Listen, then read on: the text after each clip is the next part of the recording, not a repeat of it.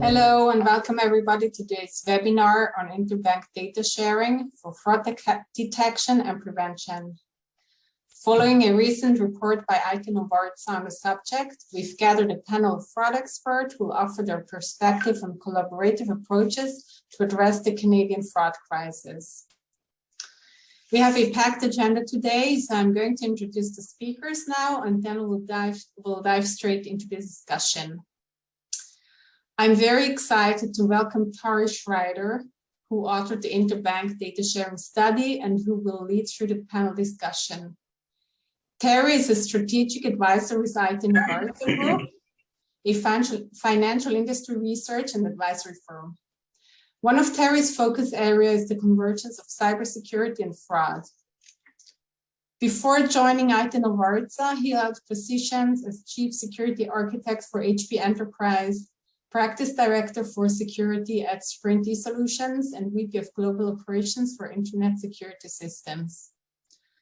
Terry is a master instructor of CISO leadership courses and has authored several cybersecurity law and architecture books. Then I'm also happy to welcome Dr. Pierre-Luc Pomerleau on our panel. Pierre-Luc is a partner at Vidocq, a specialized investigation and intelligence firm. Prior to joining Vidocq, he was Vice President at National Bank of Canada, where he managed the Financial Crime and Corporate Security Division. He co-authored the book Countering Cyber Threats to Financial Institutions, a private and public partnership approach to critical infrastructure, published by Palgrave Macmillan. Then I'm excited to introduce Neil Ringwood, who is an associate partner, financial crimes at the IBM Payment Center. Neil has been providing financial crime solutions and services to banks for over 30 years. His projects have ranged from short-term tactical solutions through to strategic guidance to Tier 1 banks on how to align their people, processes, and technology capabilities to better respond to the ever-evolving fraud threat vectors.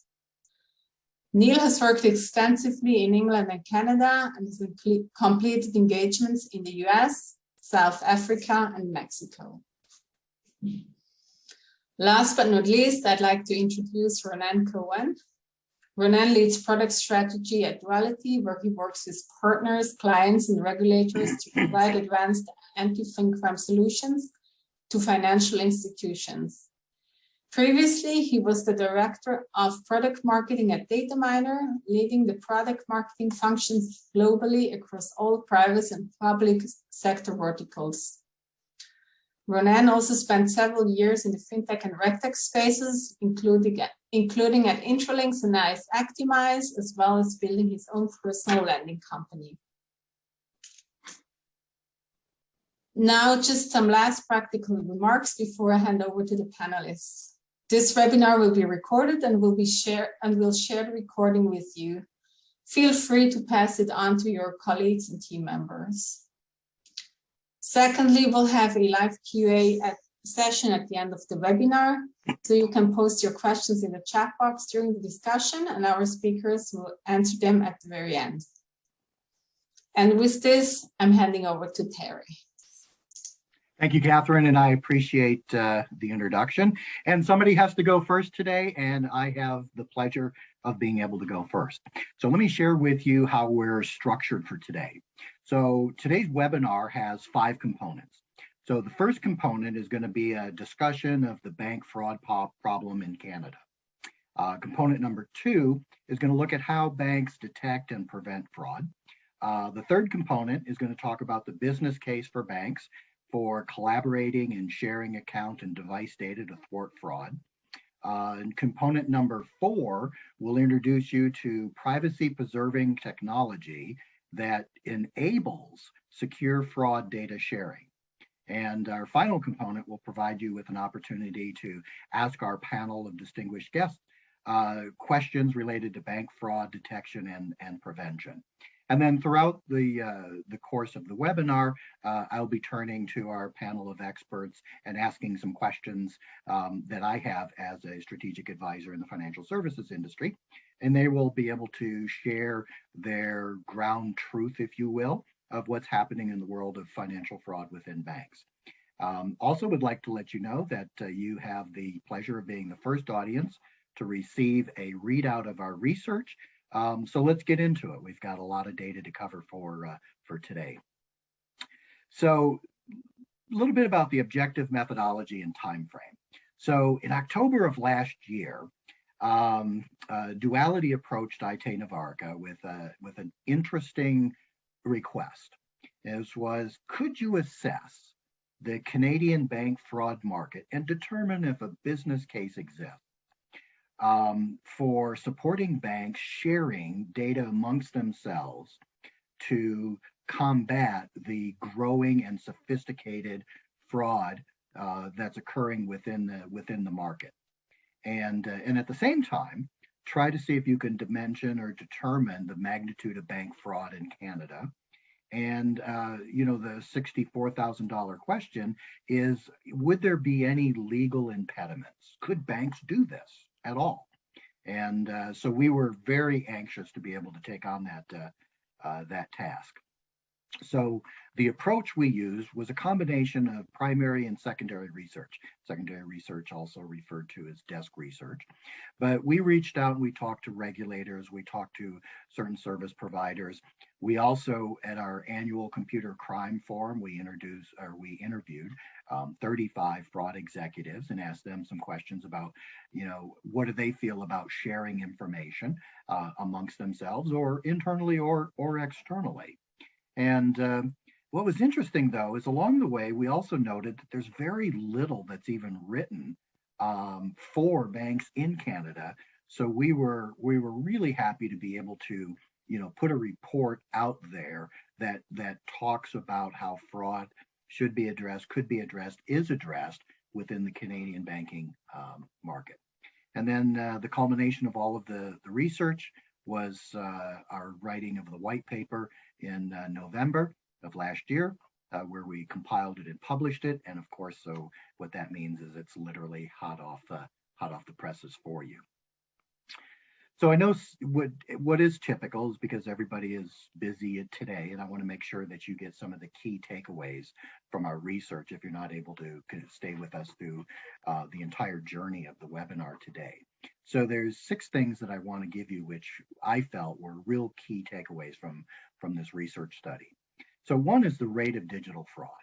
So bank fraud in Canada is on the rise, not unusual for other countries as well, but particularly, in Canada, the rate of suspected digital fraud attempts against financial service companies, banks, lending institutions, those that fall within that domain, increased a staggering 218% from the last 4 months of 2020 to the first 4 months of 2021. And this research was provided to us through TransUnion, who did a very comprehensive study on the fraud market within Canada and published a report in 2021 on digital fraud on the rise in online banking. Now, for those of you that have had a chance to maybe glance at the white paper, or all of you will certainly get a copy of it for attending, you'll be able to see that there's a lot of notations on where you can go and get additional information from some of the partners that provided, secondary research for our report. So the other aspect is that digital banking is actually creating camouflage for our fraudsters. So the anonymity that's provided to customers through digital banking, gives those fraudsters an opportunity to basically pretend they're somebody else. And things like synthetic identities, to launch account takeover schemes and other myriad of financial crimes is growing.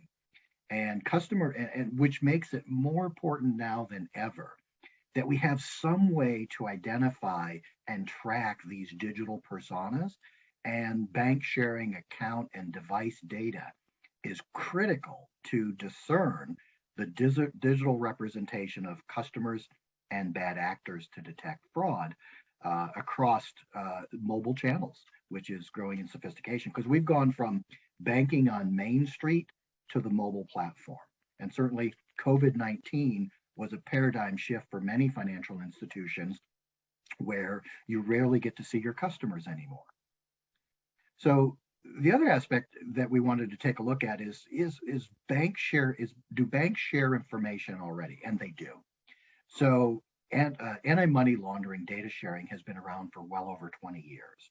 And banks have long shared this information with government agencies and third-party clearinghouses to highlight certain fraudulent activities or patterns of fraud and contribute to the overall financial crime detection. And so cooperating at this level is a great litmus test that it can be done and can be done successfully.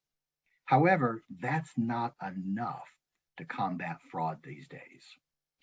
So the other aspect is directly share account information. So systematically rooting out fraudsters requires a two-pronged approach. So the first prong, the existing prong that's already there, is that collective fraud intelligence shared by Canadian banks with government agencies and third parties that I just mentioned. The second prong, which is new, which is what brings us together today to talk about the data in this white paper, is where banks directly share account and device data using privacy enhancing technology to secure the information and maintain its privacy. So what banks need to do today is to learn how to be frenemies, because although banking is very competitive, it is still to a point with it fraud as a shared problem. Now, the next question that we get quite often, is that, are there any legal impediments? So we would like to be doing this, or we should be doing it, but maybe we're not that familiar with the Canadian legal regime. So what we found is that there are no legal impediments. Canadian courts have even held that banks may disclose customer data under the public interest exception when that purpose is to prevent fraud. We could not find any legal or regulatory reasons that prevents Canadian financial institutions from sharing data, especially when it is to the benefit of the financial good and the financial system of Canada. And then on top of that, when you're using privacy preserving technology, then it checks all the boxes. I'm going to talk about this in a little bit more detail later on. And then, of course, technology, right? We've got to have something to be able to do it. So, but the technology does exist to share that data. And PET, or privacy enhancing technology, is such in this particular example, is where it encrypts the data that's shared, yet it allows the underlying account and device information to be queried and analyzed. And that's an ideal enabler of decentralized interbank sharing, where you never give up control and custody of the data, but you're able to make queries against data at other banks in a completely secure and private manner. And so, this approach can future-proof banks' fraud detection because the privacy of the data is always maintained. And one of the things it really does is eliminates that constant renegotiation of data. One of the things we found is that there are some informal data sharing sessions that some banks have, saying, hey, we're seeing this, or maybe there's a gang of fraudsters out there, or a particular individual that's been troublesome, but there's nothing that has ever been institutionalized. And we were pretty excited at what we saw with the duality technology. So when I was putting this deck together, I was thinking about, I was actually watching a news story, and I thought this was particularly apropos considering what's happening with NATO and Ukraine and with Russia, right? So fraud is a universal shared problem that requires a universal shared solution. And Canadian banks sharing account and device information to catch fraudsters that would be otherwise missed from all of the existing techniques and approaches that are already there would benefit not only the bank that's finding the fraud, but where incidents or patterns of fraud can be shared with other banks, but also it creates an ecosystem of a more secure financial environment where potentially there's ultimately less friction on customers because you wouldn't need as many verification steps and authorization hurdles to sign on new customers. So there's some significant business benefits to that. So the state of the fraud problem in Canada, right? So some of you are obviously, it's very near and dear to you. But bank fraud, not only in Canada, but the rest of the world, is growing at what I would consider, as and I'll borrow a COVID phrase, an epidemic proportion. And it's spread to financial institutions throughout the world.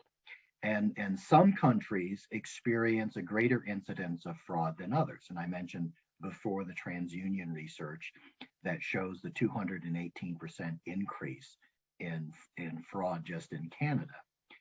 And banks are investing to combat that fraud. So Fortune Business Insight did a study of a good number of banks in 2020 to try to figure out how much money are banks spending on anti-fraud, fraud detection and prevention systems. And what they came up with that was in 2020, it was $8.62 billion Canadian. I did that calculation for the audience here. But now it's just well over $9 billion. But the problem is that money is being invested in finding fraud within one particular bank. And it's not money that's being shared or used for the common good of all of the banks and the fraud that permeates throughout the industry. So we can no longer really focus on solo solutions. We have to come up with solutions that will actually help us catch fraud there elsewhere. So we can no longer focus on those siloed approaches. However, I get it. Competitive pressures, perceived lack of explicit regulatory mandates, apprehension, maybe creating extra customer friction, data privacy concerns, and even a little, jealousy in sharing information, all prevents us from doing what we all know. And I don't think anybody can say, if I knew account information from other banks where fraud was occurring, then that could be a harbinger of what could happen at my bank. I don't think anybody would disagree that wouldn't be extremely valuable information. Now, just to take a break, because I know you don't want to hear from me for the entire session. But before I talk a little more about fraud problem in Canada, let me just pause and we bring one of our panelists forward, and Neil. And Neil, I want to ask you, because you're on the front lines of this as well. So what are some of those fraud detection and prevention challenges that your Canadian customers face there at IBM? Yeah. Thanks, Terry. I think if we look back the past couple of years, there's been any number of high-profile data breaches reported in the press, and many more that don't get reported. That data has been used to create fake IDs, and those fake identities have snuck into the banking system with the premeditated intent of stealing money. So the last 5 years or so, the rise of fake IDs has been one of the big challenges, and how our institutions protect us against the impact of those. I think as we look forward, Canada, like many jurisdictions around the world, is currently going through a payments modernization phase. It's called different things in different jurisdictions, but basically it's trying to modernize the infrastructure to make payments immediate and indisputable. That's great for business, it's great for the economy. It's equally fantastic for the fraudsters, and it's a challenge at our partner banks to move from some of their historic mitigation strategies into real-time intervention fraud strategies. So I think if we think in terms of those two big challenges, that covers a lot of what the Canadian banks are dealing with at the moment. Big challenges. All right, great. Thank you, Neil. And real-time interdiction, real-time intervention is something that really stuck with me from what you had mentioned there. So just a little bit more about the fraud problem. So as I mentioned before, there's the 166% increase in fraud, based on the Canadian Anti-Fraud Center. They're the ones that basically track incidents of fraud and identity theft, and it's increasing exponentially. And so what they're basically saying is there's a 1 in 1,488 chance of experiencing some form of identity theft. But is that the true picture? But when I was talking with them, they're saying, well, that's not really the true picture, because only 5% of the victims ever come forward. And that makes a much larger picture, paints a much broader picture of fraud within Canada. And so that means that there's over 830,000 annual cases of fraud if everybody were reporting. And that's a significantly higher number, making the real chance of experiencing fraud in Canada at 1 in 45. Now, just to put that into perspective, in case you were curious, you have a 1 in 6 chance of winning a free cup of coffee or a donut at Tim Hortons with the roll-up lip. But it's pretty significant. So what that means is that if you dimension the fraud problem in Canada, it's almost $3 billion. And so if you look at, LexisNexis, another partner of IT Novarica, they do an annual true cost of fraud survey, and they focused on the Canadian market one year, and they also did a fairly in-depth analysis where they said that there's a 1.78% fraud to revenue ratio. And I know that all banks have their own models for predicting fraud, but in any case, it's a big number.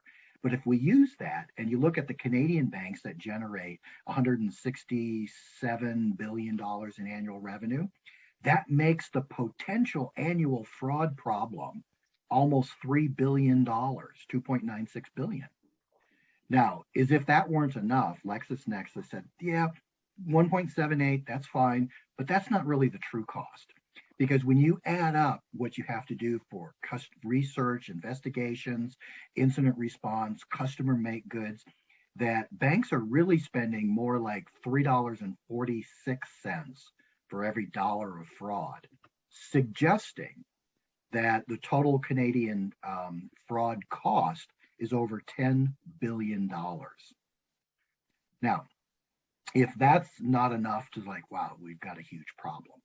So also what it was found is that there's on average 360 successful attempts at committing fraud with Canadian financial services and lending companies per month in 2020. Now, just imagine, if you will, to take the top 7 banks within Canada. If they shared those successful attempts, each bank would have an additional knowledge set of almost 26,000 acts of fraud that they wouldn't have otherwise known. Now, just think, if your organization had an additional 26,000 incidents or patterns of fraud, or had a heads up that fraud was being perpetrated through these attack vectors of devices and accounts, would that be of value? And I would say everybody probably would. Now, it's not just account information, right? So 50% of bank customers have 2 or more banking relationships. If you count all the cards in your wallet, if you count all the different banks, most of us on here probably have 3 or 4 relationships. So that further illustrates the magnitude of the shared problem.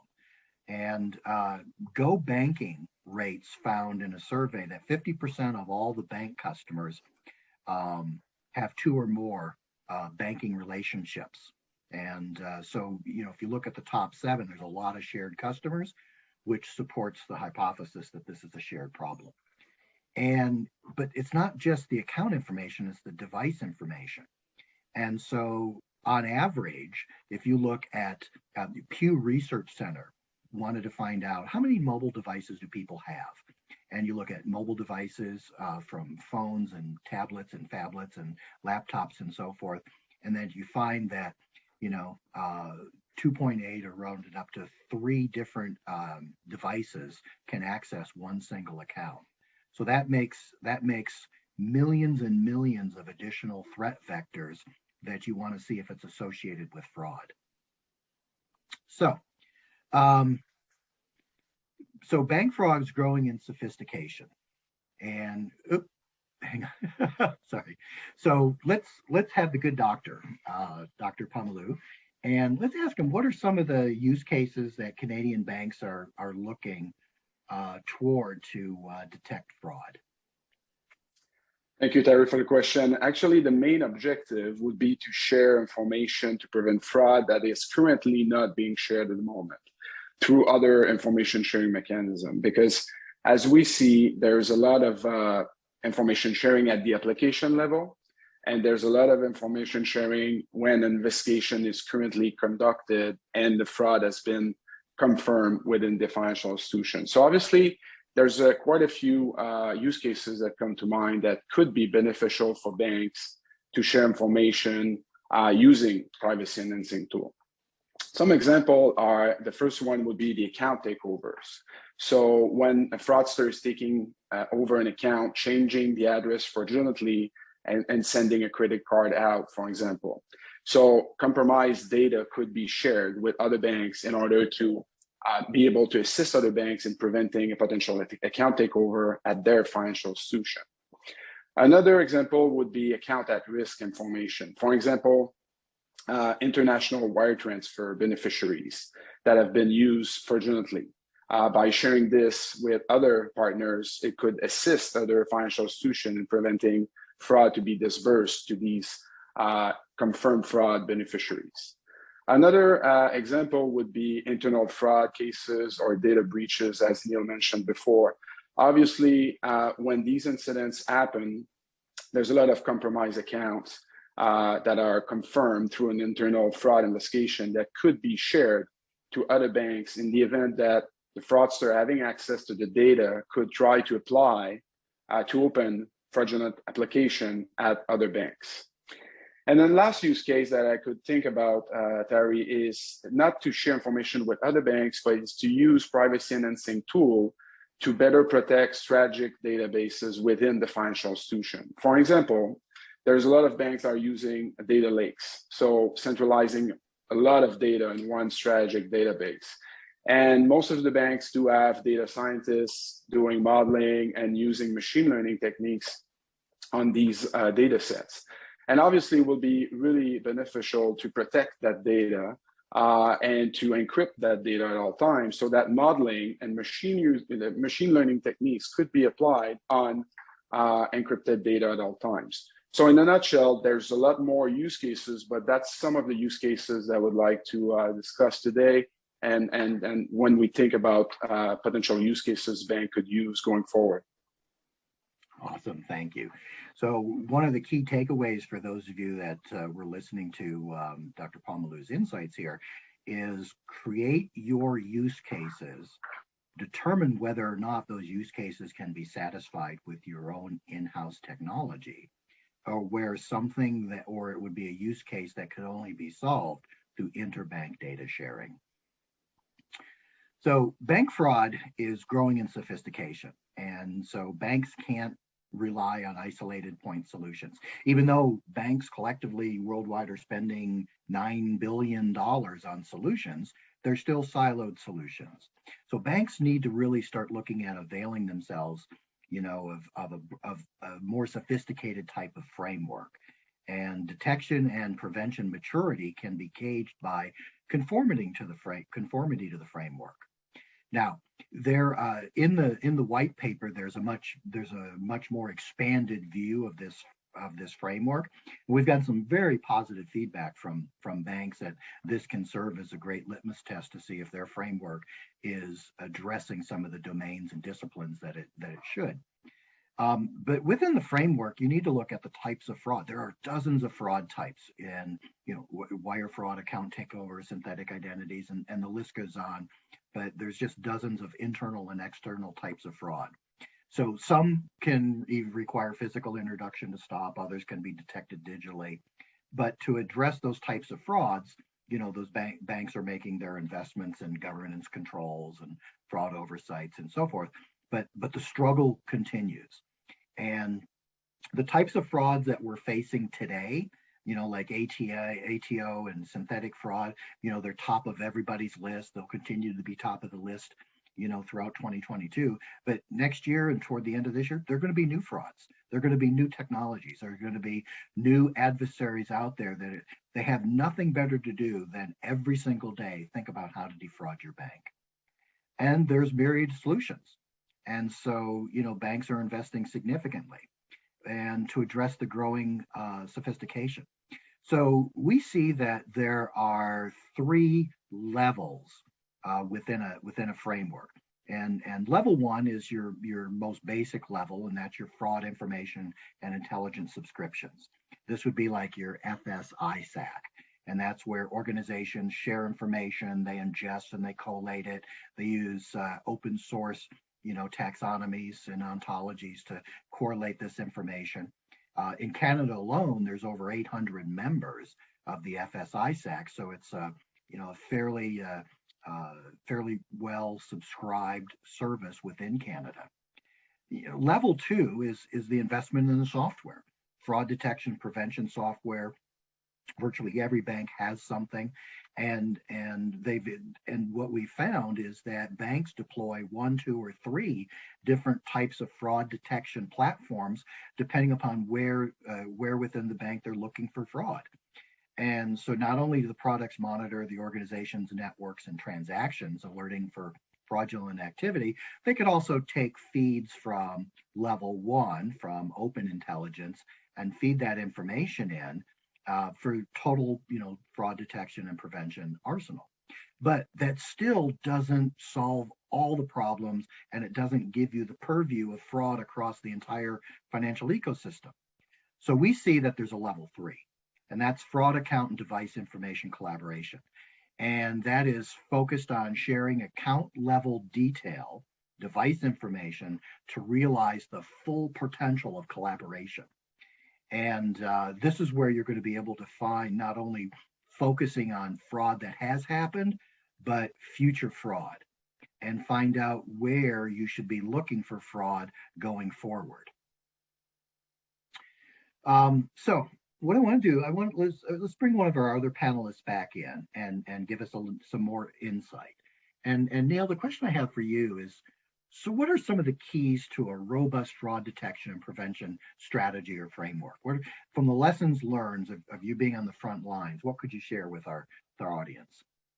Yeah, I think those clients that are good at fraud management, I'd characterize as either deliberately or inadvertently, they have experts that think like the fraudster, and at every single step in a client journey, being that from onboarding, transaction, performing a transaction, doing account maintenance activity, during the investigations and the write-off and the recovery processes, there are opportunities in there, if you think like a fraudster, to actually protect your bank better. So the most successful organizations take that whole client view, the whole client journey view. They think like a fraudster. They think of threats from outside the bank, and they think of insider threats as well. So what can my staff do to disrupt that holistic journey? And then, so strategically, they think about the problem in that way, and then they build solutions that are agile, because the fraudsters are agile, and as soon as you shut one door, they start coming in through the window. So you've got to be able to adjust quickly. And they've adopted sort of a minimum viable mindset in approaching this fraud management. So we all know that with lots and lots of data, we can do a better, an increasingly better job. But what's the minimum amount of data that I need, and what are the minimum set of analytics that I need to deploy to stop the fraudster from this particular abuse, because the fraudster is going to then go on and find somewhere else to abuse you. So don't look for perfection, look for minimum viable protection. Holistic view, complete life cycle, agile response. Excellent. So we could really focus on the fact that it's a continuous improvement process, and you need to think like the adversary. Absolutely. Thank you, Neil. Yeah. Now, the $64,000 question: can I legally do this? Is there anything that prevents me from doing this?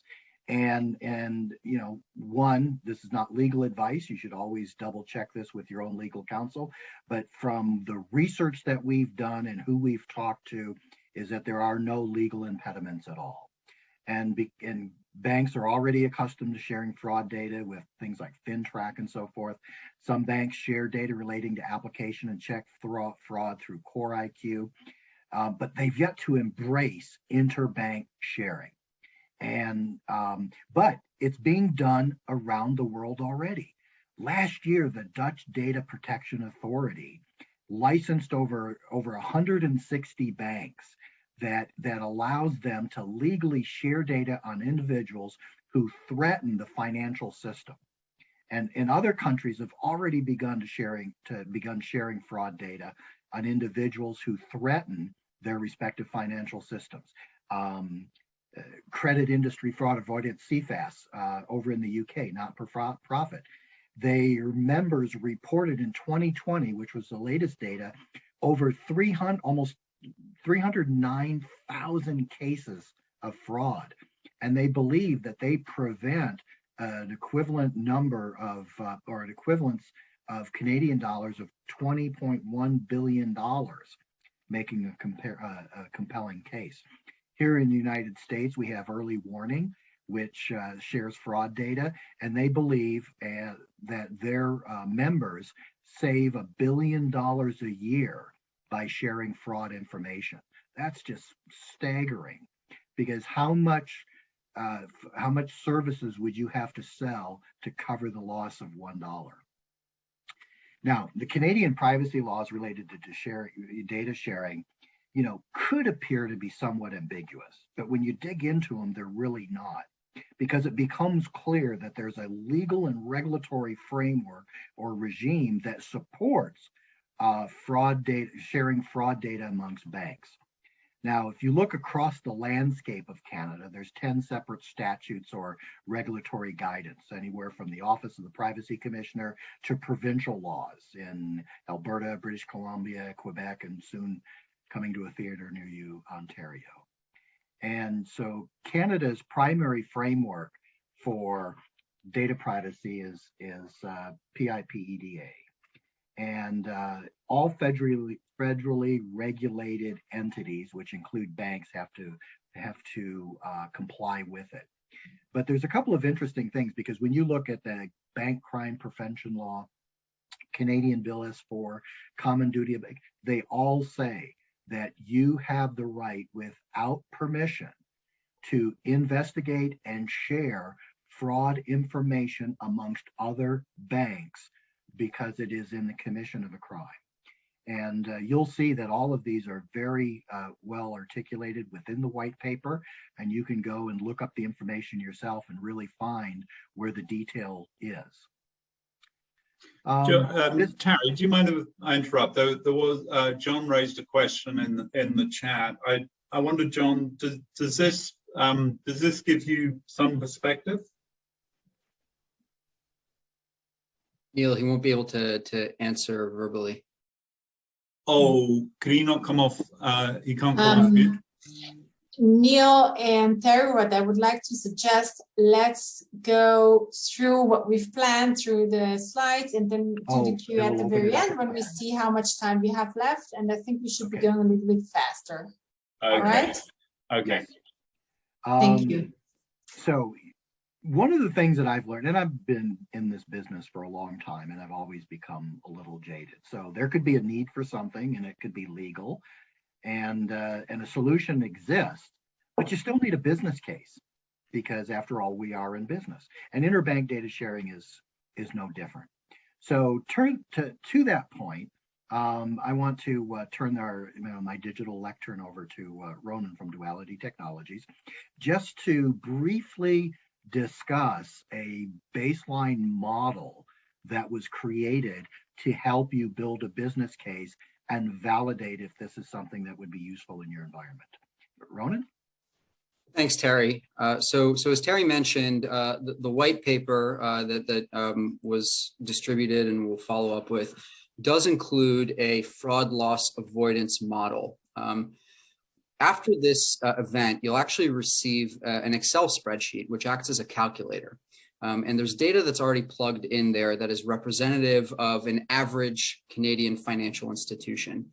But you can use it to enter your own real data points to understand how much fraud you can expect to prevent via collaboration. At a high level, the calculator looks at inputs like annual revenue, the number of customers that you have, and your current fraud rate, and then calculates a fraud loss per customer. It then takes into account the percentage of customers who also have accounts at other financial institutions. This is really the cohort which represents the addressable group where interbank collaboration can be particularly impactful to fraud prevention and detection and mitigation overall. And again, as Terry pointed out earlier, ITAE puts this number at 50%, which I think and I agree is demonstrative of the true value of fraud collaboration. So in any case, using those inputs and then ITAE's research, this calculator estimates the financial loss that could be de-risked via collaboration. This, of course, varies per financial institution, but as we saw earlier, this is a multi-billion-dollar problem across the industry, which can equate to tens of millions of dollars or more that can be de-risked at each financial institution. So in any case, just wanted to let you know that this is coming. We're really excited for you to get your hands on this and to also get your feedback afterwards. All right, great. Thank you, Ronan. So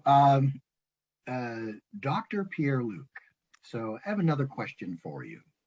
And that would be, how can financial institutions build a business case to use privacy preserving technologies to better prevent fraud? Do you have any tips and techniques or recommendations?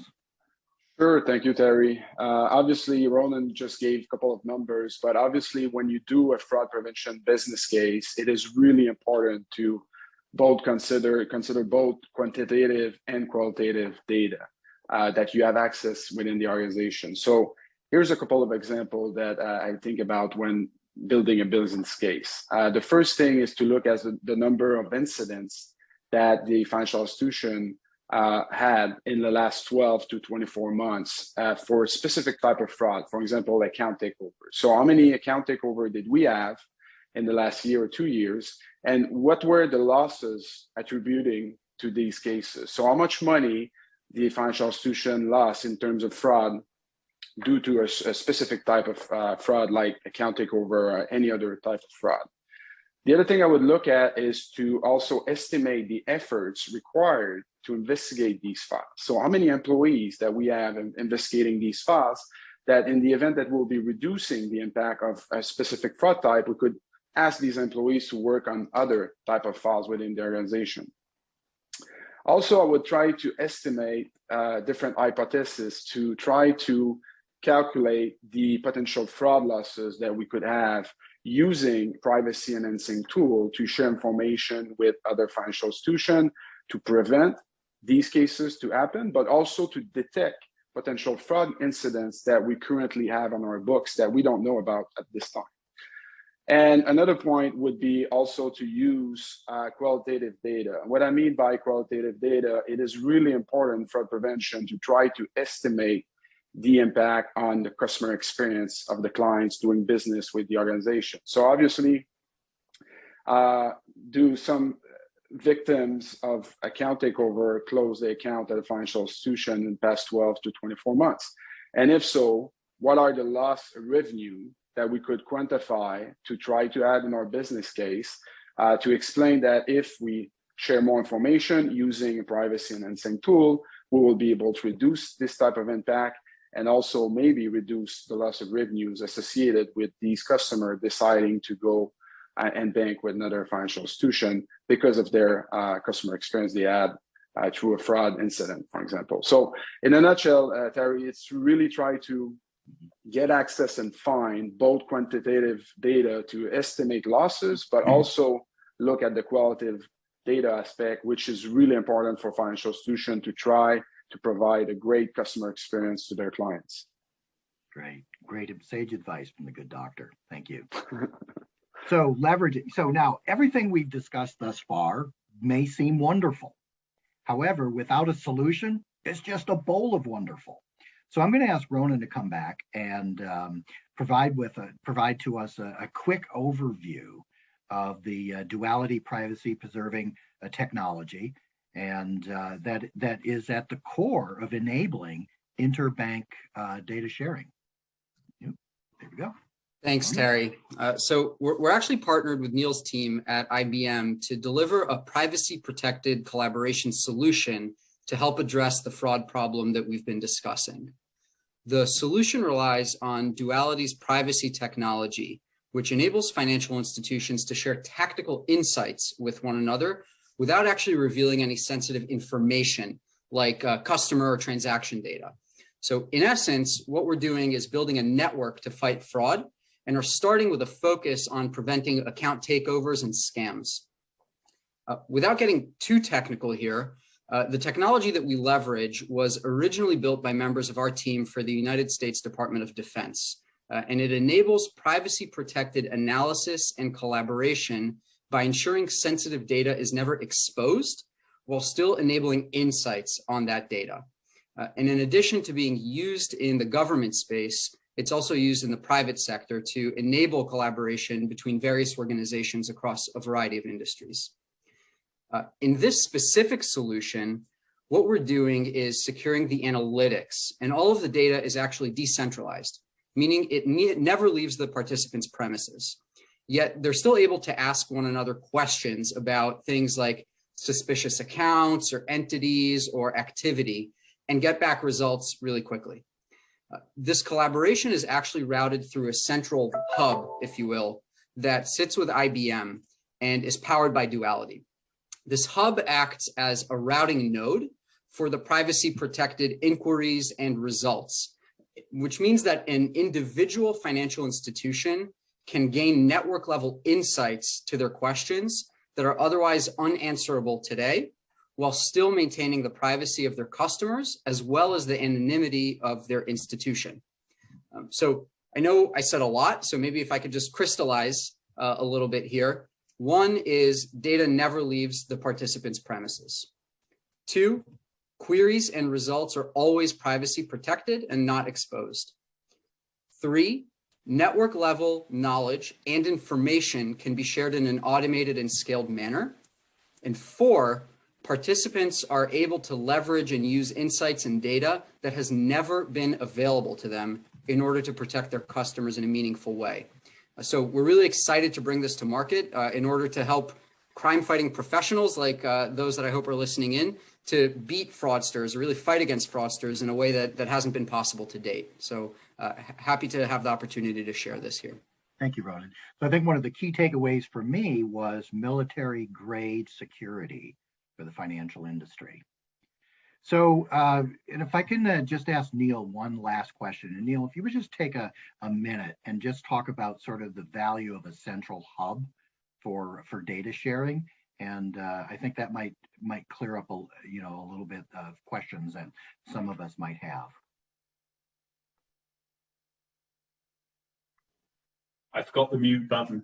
So for decades, we've been building fraud prevention models based around two core principles. detecting behavioral patterns and detecting relationships. One of the things that stood out to me in the ATIE report was that 50% of people in Canada hold accounts at 2 or more banks. So the way that we have been building these fraud predictive models is at best often based on half of the picture. If we could collaborate better, we would get a better view of behavior, a better view of relationships, and we'd have better detection models. I think that sums it up. All right, awesome. Thank you, Neil. All right, and just before we turn it over to, still a little bit of time left for some panels, I know it's a lot to cover. I mean, it's just like, wow. And there's a lot of data that we can provide you with afterwards. But in essence, banks have to have a broader access to more data to prevent fraud and also prevent future fraud, not just keep track of fraud that's already occurred. The best way to do that is interbank data sharing. There is no impediments from a legal perspective, and that, the holy grail would be as if we could even get the telcos involved, because they own the data as well. And this could be, Canada could definitely be the vanguard of countries in the world that are dealing with fraud in an advanced manner. So with that, I'm going to turn it back to Catherine to just go ahead and moderate the questions that might have come in the chat room. And thank you very much for your attendance. Catherine? Thank you very much, Terry. Also, thank you to Neil, Pierre-Luc, and Ronen.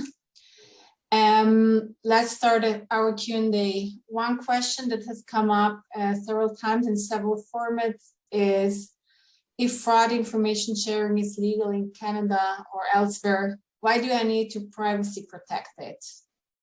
Ronen, do you maybe want to go and give a general overview, and Neil, you could add some color on the situation in Canada?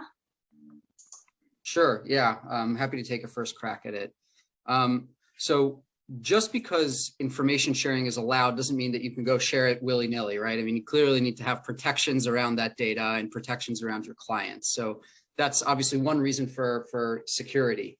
In terms of privacy specifically, what we see is that often, even though information is allowed to be shared, the most sensitive and often most useful information de facto isn't shared, because the privacy protections or the security protections often aren't adequate, or financial institutions don't really feel comfortable doing so.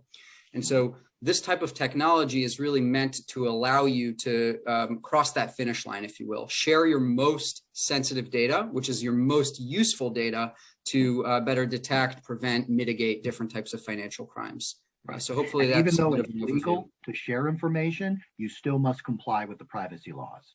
That's a much more succinct way of saying it.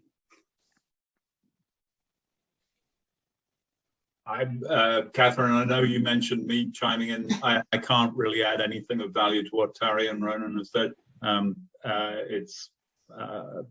Yeah.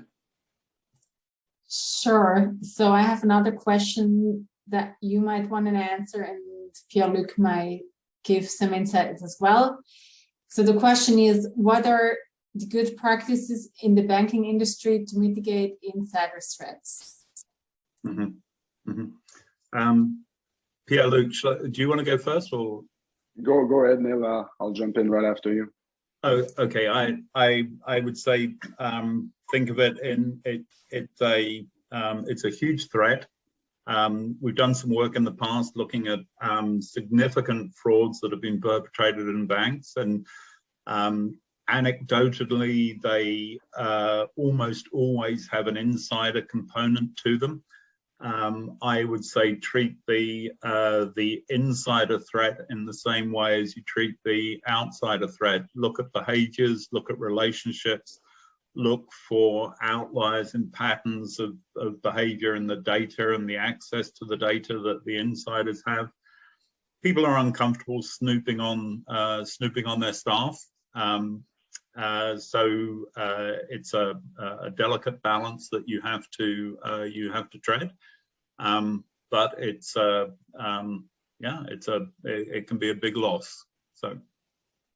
And if I can add, Neil, I would say that one of the best practice to try to fight insider threat within financial institution is to try to have different teams working closely together. For example, cybersecurity teams with fraud investigation team, because as you might know, obviously there's different type of systems that are being used to detect different type of behaviors that could be suspicious within financial institutions. So instead of working in silos, we should try to have these teams to detect potential insider threat that will have been detected in silos before. And by regrouping some of these functions together is to try to have a 365 view of the insider threat, and all the systems are monitoring some of the suspicious activity.